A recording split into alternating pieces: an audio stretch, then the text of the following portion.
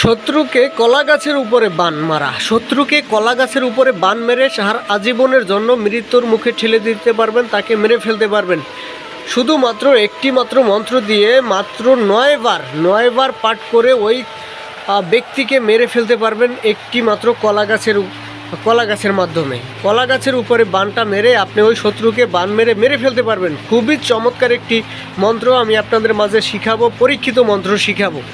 শত্রুর কারণে আপনি পিঠ দেয়ালে ঠেকে গেছে, শত্রুর অতিষ্ঠতার কারণে আপনার পরিবার, সংসার, সন্তান কোনো কিছুই ঠিকভাবে চলছে না, আপনার ব্যবসা বাণিজ্য কোনো কিছু আয় উন্নতি হচ্ছে না। তাই আপনি দেখা গেছে শত্রুর অতিষ্ঠতার কারণে পিঠ যখন দেয়ালে ঠেকে যায় তখন ওই শত্রুকে কিন্তু কিছু করতে হয়। একটা মানুষ মারার কারণে আপনি আরও 5টা মানুষ বাঁচবে। এক্ষেত্রে আপনি একটা মানুষ মারার এটা নাজায়েজ কোনো কিছু না।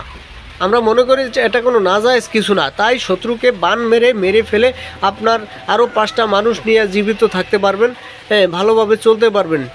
শত্রু যদি আপনার ক্ষতি করে সেটা তো শত্রুর ব্যর্থতা, তাই না? আপনি কেন পারবেন না শত্রুকে ক্ষতি করতে? এই একটা মাত্র মন্ত্র দিয়ে শত্রুকে বান মেরতে পারবেন কলা গাছের উপর।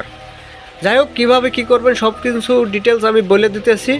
আর যারা বর্তমানে অনলাইনে প্রতারিত হয়েছেন, হাজার ভিডিও দেখছেন, হাজার মন্ত্র দেখছেন, নকশা দেখছেন, কাজ করছেন, নিজে কাজ করছেন, কাজ হয় নাই, অন্যকে কবিরাজ তান্ত্রিকতার কাছ থেকে কাজ করাইছেন, কাজ হয় নাই, ঠিক আছে? টাকা পয়সা দিয়ে নষ্ট করছেন, টাকা পয়সা দিয়ে ভণ্ডের মুখে পড়ছেন, কোনো কাজ হয় নাই। তাই বলছি আপনার নিজের কাজ নিজে করবেন, কোনো তান্ত্রিক কবিরাজ প্রয়োজন নাই, আপনার নিজের কাজ নিজে করবেন, ঠিক আছে? নিজের কাজ নিজে কিভাবে করবেন সম্পূর্ণ ভিডিওটা শুরু থেকে শেষ পর্যন্ত দেখবেন, ইনশাল্লাহ বুঝতে পারবেন, সব কিছু বুঝতে পারবেন, টেনে দেখবেন না। যাই হোক, ভিডিওটা বেশি শেয়ার করবেন। আপনার একটা শেয়ারের মাধ্যমে আরেকটা সাধারণ মানুষ যেন আমার এই ভিডিওটা দেখে নিজের কাজ নিজে করতে পারে, কোনো ভণ্ড তান্ত্রিকের হাতে যেন না পড়ে, ঠিক আছে? বর্তমানে দেখা গেছে 100 কবিরাজের ভিতর 90-95 জনই প্রতারক। হয়তো ভালো 5 জন থাকতে পারে, আমি কাউকে কে ভালো কে মন্দ আমি বলতে চাচ্ছি না, হয়তো ভালো 5 জন থাকতে পারে, কিন্তু একটা সাধারণ মানুষ ওই ভালো 5 জনের ভিতর একজনকে পাওয়া বড় মুশকিল হয়ে যায়। তাই বলছি আপনার নিজের কাজ নিজে করবেন। কোনো তান্ত্রিক কবিরাজকে ভালো কেউ বিশ্বাস করতে হবে না, খারাপ কেউ বিশ্বাস করতে হবে না, দরকার নাই। আপনার নিজের কাজ নিজে ইনশাল্লাহ করবেন। ইনশাল্লাহ পাওয়ারফুল জিনিস দিয়ে আমি আপনাদেরকে শিখাবো, পাওয়ারফুল জিনিস শিখাবো, কাজ হবে। আপনারা যদি কাজ না হয় স্ক্রিনে দেওয়া নাম্বার আছে, আমাকে যা খুশি তাই বললেন ফোন দিয়ে। আর একটা কথা বলি, যে কোনো কাজ করার আগে আমার কাছে যোগাযোগ করে, স্ক্রিনে দেওয়া নাম্বার আছে, ইমো আছে, হোয়াটসঅ্যাপ আছে, বা সরাসরি কল দেবেন, নামাজের টাইমে কল দেবেন না, যোগাযোগ করে তারপর একটা কাজ করবেন। আরে ভাই, কাজ যদি না হয় আমি দায়ী থাকিব বললাম তো। যে কোনো কাজ করার আগে আমার সাথে যোগাযোগ করে তারপর কাজ করবেন, সব কিছু বুঝে শুনে জেনে শুনে তারপর কাজ করবেন। অনেকে আছে মনে করেন ভিডিও দেখেই কাজ করে নেয়, অনুমতিও লাগে না। তাদেরকে বলছি, আমার যে কোনো ভিডিও দেখা যদি আপনি কাজ করেন, সব কটা ভিডিওতে জিনিস আমি অরিজিনাল জিনিস দেই, ভালো জিনিস দেই। আপনি দেখে কাজ করতে পারলে কাজ হবে, কিন্তু কাজ করার আগে আমার সাথে যোগাযোগ করে নিতে হবে। যাই হোক, আজকের মন্ত্রটা আমি দেখাই দিই। দেখেন, শত্রুকে কলা গাছের উপরে বান মারা। মন্ত্রটা দেখতেই পারছেন।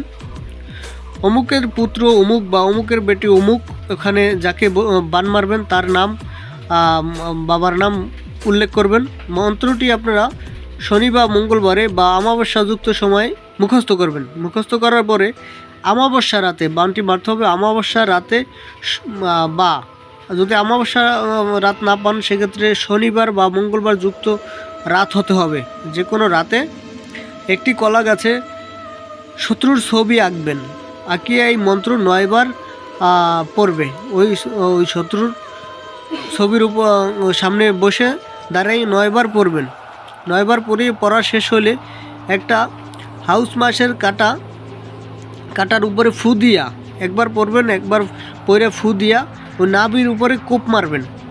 এইভাবে 9 বার পড়বেন, 9 বার কোপ মারিয়ে চলে আসবেন, পিছনে ফিরে তাকাবেন না। খুবই গুরুত্বপূর্ণ একটি মন্ত্র।